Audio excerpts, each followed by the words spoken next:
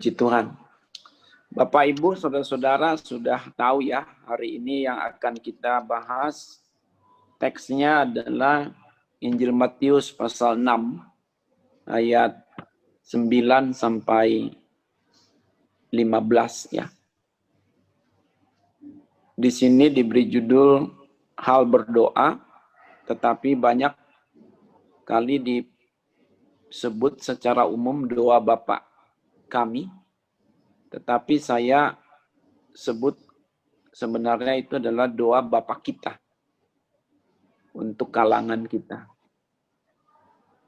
Kalau untuk orang luar boleh kita sebut doa Bapa kami, karena belum tentu mereka terlibat di dalamnya. Tetapi kalau untuk kita sebagai murid-murid Kristus, ya tidak cocok kita sebut doa Bapa kami, kan kita-kita. Orang punya Bapa toh, jadi kita sebut Bapa kita. Walaupun dalam doanya tetap kita boleh gunakan Bapa kami yang di sorga dan seterusnya. Ini mengajarkan mengenai sikap berdoa yang benar. Sikap berdoa yang benar. Ini dilatar belakangi oleh kebiasaan buruk para ahli Taurat, khususnya orang-orang Farisi ketika berdoa. Dalam ayat 5 sampai ayat 8. Dulu sebentar saja ya, Matius 6 ayat 9 sampai dengan 13. Karena itu berdoalah demikian. Bapa kami yang di sorga, dikuduskanlah namamu. Datanglah kerajaanmu, jadilah kehendakmu di bumi seperti di sorga. Berikanlah kami pada hari ini makanan kami yang secukupnya. Dan ampunilah kami akan kesalahan kami, seperti kami juga mengampuni orang yang bersalah kepada kami. Dan janganlah membawa kami ke dalam pencobaan, tetapi lepaskanlah kami daripada yang jahat. Karena Engkaulah yang mempunyai kerajaan dan kuasa dan kemuliaan sampai selama-lamanya. Amin. Jadi doa Bapa kita atau doa Bapa kami pada umumnya itu adalah ayat 9 sampai ayat 13 ini. Latar belakangnya itu adalah ayat yang 5 sampai ke 8. Apa itu? Kebiasaan orang-orang Farisi kalau berdoa itu adalah di sini sebut ya sebagai orang munafik. Mereka itu kalau berdoa supaya dilihat orang dengan kalimat yang bertele-tele dan tanpa pengharapan yang benar. Nah, sebaliknya Tuhan mau supaya murid-murid atau orang percaya, khususnya para rasul, berdoa itu adalah yang benar. Apanya yang benar? Sikapnya, isi doanya, penampilan, pengharapannya. Mereka kalau berdoa itu ayat 9 kepada Bapa Surgawi. Diiringi dengan pengharapan.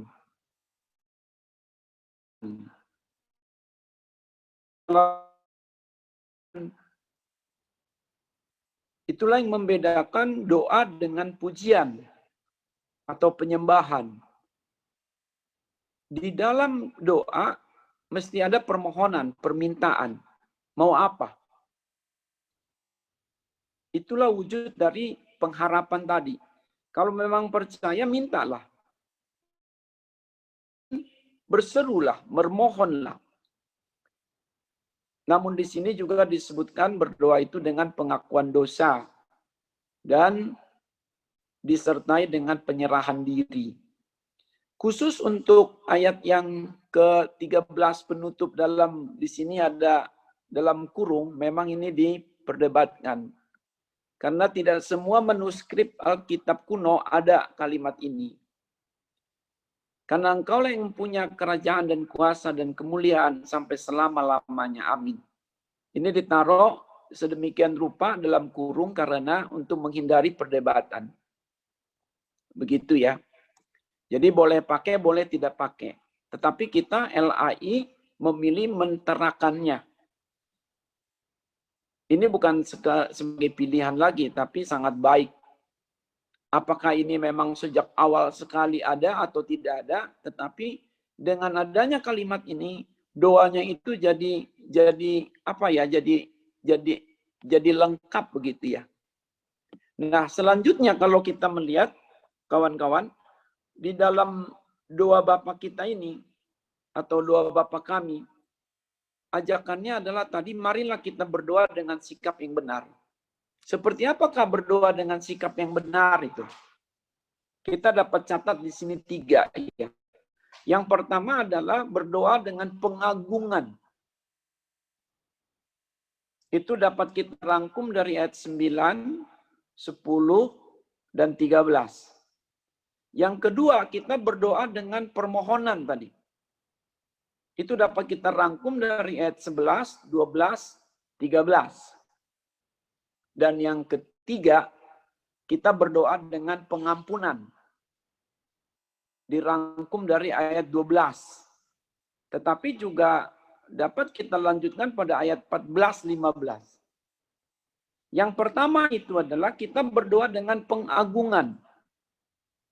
Jadi jangan straight kepada permohonan kita. Mengapa ini penting?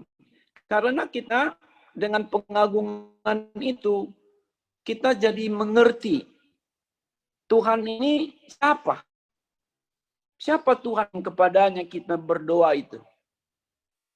Beliau adalah Bapa Surgawi yang maha mulia, yang namanya kudus, yang kerajaannya kekal.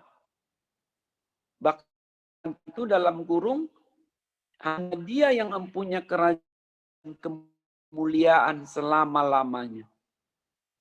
Kadang kita kalau sudah ada banyak keperluan, kita suka lupa tuh berdoa memuji Tuhan dulu, mengagungkan Tuhan dulu, menyembah Tuhan dulu. Kepada manusia biasa saja, kita biasa tuh ada namanya apa ya?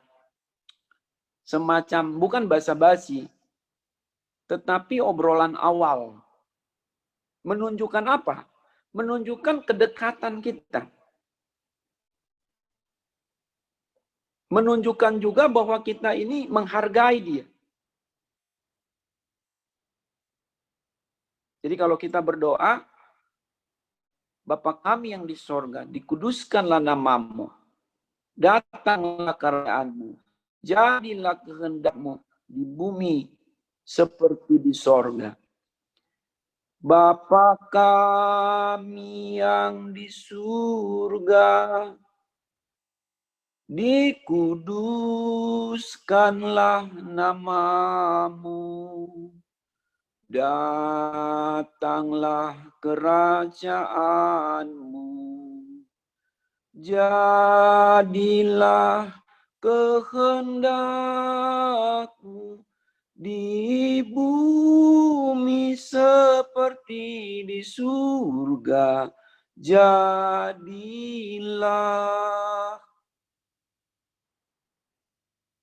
Apakah Anda pernah mendengar syair seperti itu dinyanyikan? Anda dapat membuat lagu tersendiri. Tentu suara Anda lebih baik dari saya. Apalagi worship leader kita ya. Suaranya bagus, merdu. Jadi kalau kita berdoa, jangan langsung meminta. Jangan langsung bermohon. Jangan langsung kita ini sebut masalah. Ngobrol-ngobrol dululah.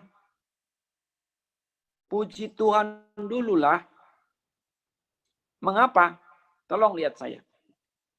Kita bermasalah sekarang. Bukankah kita sudah juga banyak ditolong Tuhan dahulu? Tidakkah kita seharusnya memuji dulu, bersyukur dulu atas pertolongan Tuhan yang lampau?